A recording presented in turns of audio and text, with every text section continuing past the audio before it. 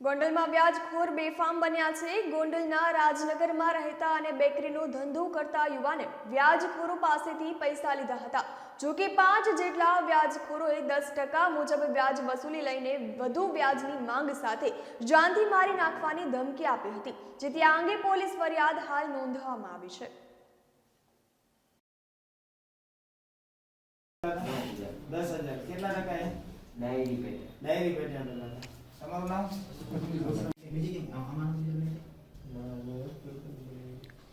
જૈનભાઈ Gondal city police સ્ટેશનમાં અરજદારશ્રીએ એક અરજી આપેલ હતી। જે અરજી અન્વયે ની તપાસ પીએસઆઈ શ્રી ડીપી ઝાલા ચલાવી રહ્યા હતા।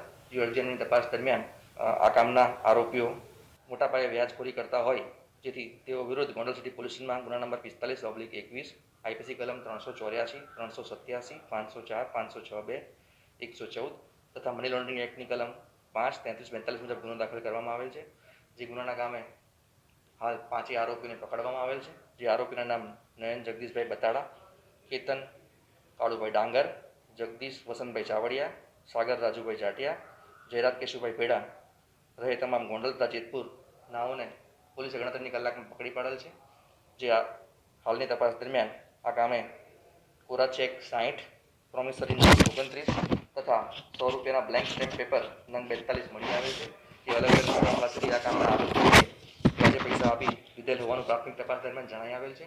આજરોજ હું આપના માધ્યમથી તમામ લોકોને અપીલ કરું છું કે જેને આ લોકો વ્યાજખોરોએ વઠાણી વ્યાજની ઉઘરાણી કરી હોય અને એન કે રીતે હેરાન પરેશાન કર્યા હોય, ધાક ધમકી આપેલ હોય, તેઓ આગળ આવી અને ફરિયાદ જાહેર કરે, જેથી આ લોકોને વિરુદ્ધ સખતમાં સખત પગલાં લઈ શકે।